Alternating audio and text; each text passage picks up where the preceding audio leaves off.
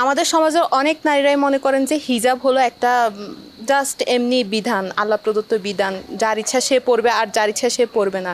এটা আসলে আমাদের সমাজের একটা প্রভাব আর কি। কেউ কাউকে তো হিজাবের জন্য বাধা দেওয়া হয় না। হ্যাঁ, পারিবারিকভাবে অনেক চাপ আসে, অনেক ফ্যামিলিতে হিজাব নিয়ে কথা শোনায়, কিন্তু সামাজিকভাবেও চাপ আসে, এটাও ঠিক, কিন্তু একদম রাষ্ট্রীয়ভাবে আইনি পর্যায়ে কোনো চাপ আসে না। এই কারণে অনেকেই অনেককে যদি হিজাব পড়তে বলা হয়, তারা বলবে যে না, হিজাব আমার চয়েস, আমার ইচ্ছা, আমার স্বাধীনতা, এভাবেই তারা রিপ্রেজেন্ট করে।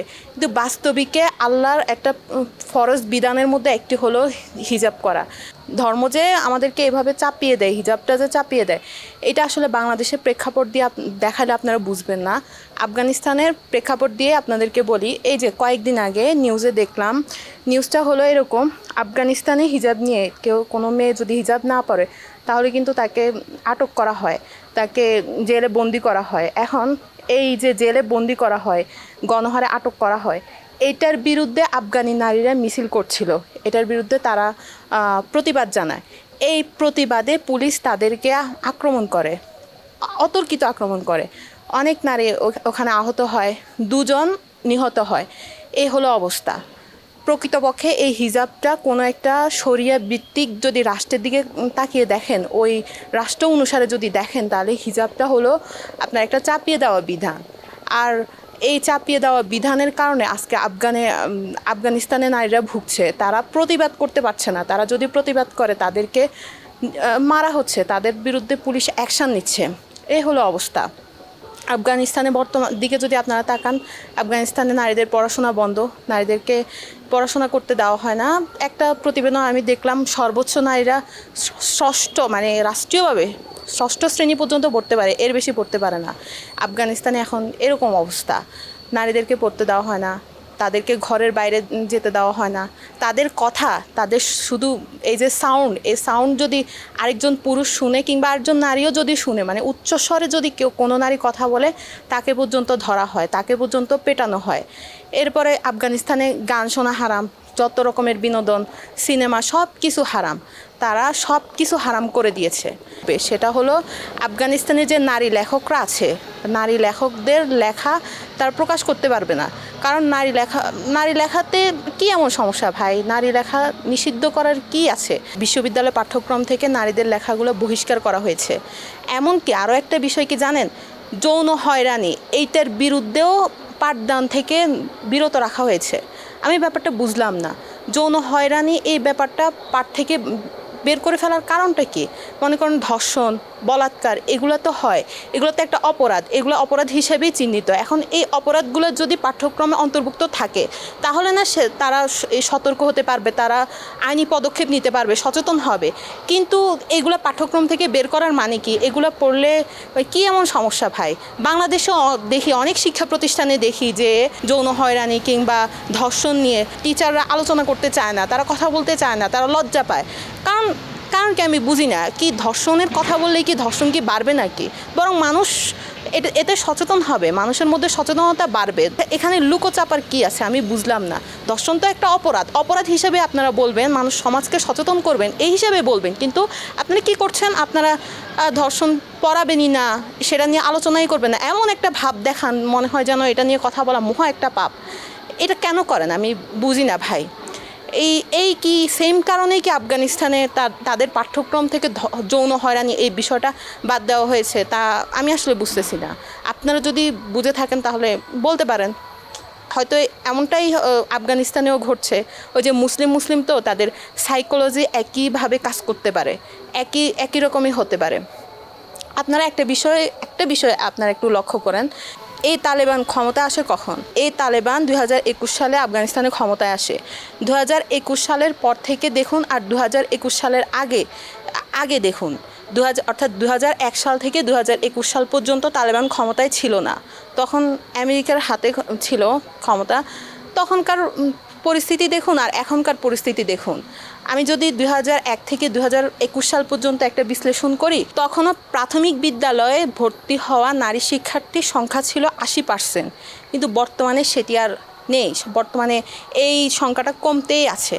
এবং কি শিক্ষার হার, সাক্ষরতার হার যদি বলি, তখন নারীদের তুলনামূলক শিক্ষার হার, সাক্ষরতার হার এগুলো বেশি ছিল। এখন এগুলো আস্তে আস্তে কমছে।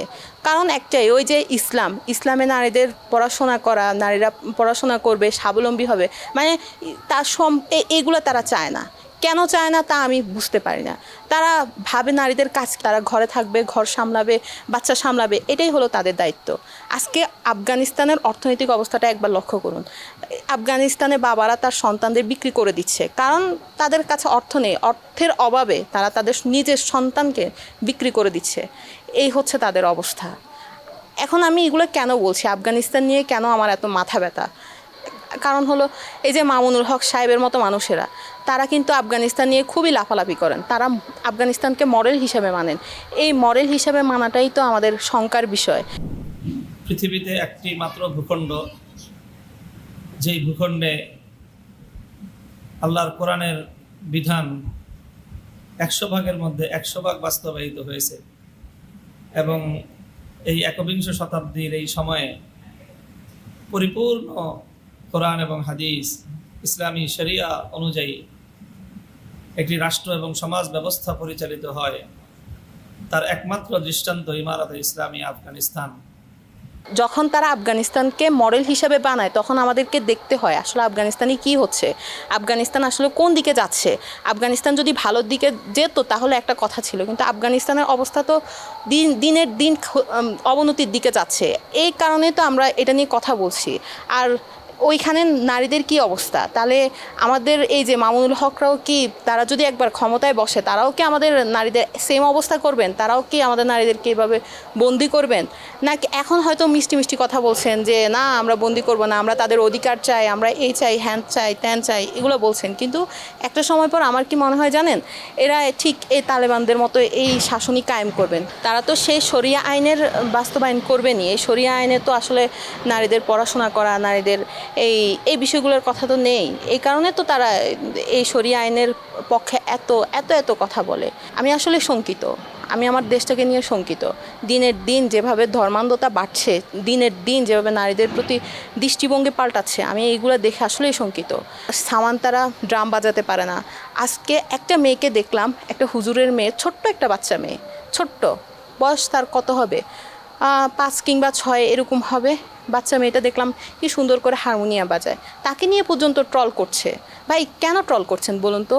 হারমোনিয়াম বাজাচ্ছে তো সমস্যা কি আপনার? হারমোনিয়াম বাজানো এমন খারাপ কি? প্রতিভা ওইদিকে আছে, সে চর্চা করছে, সমস্যা কি?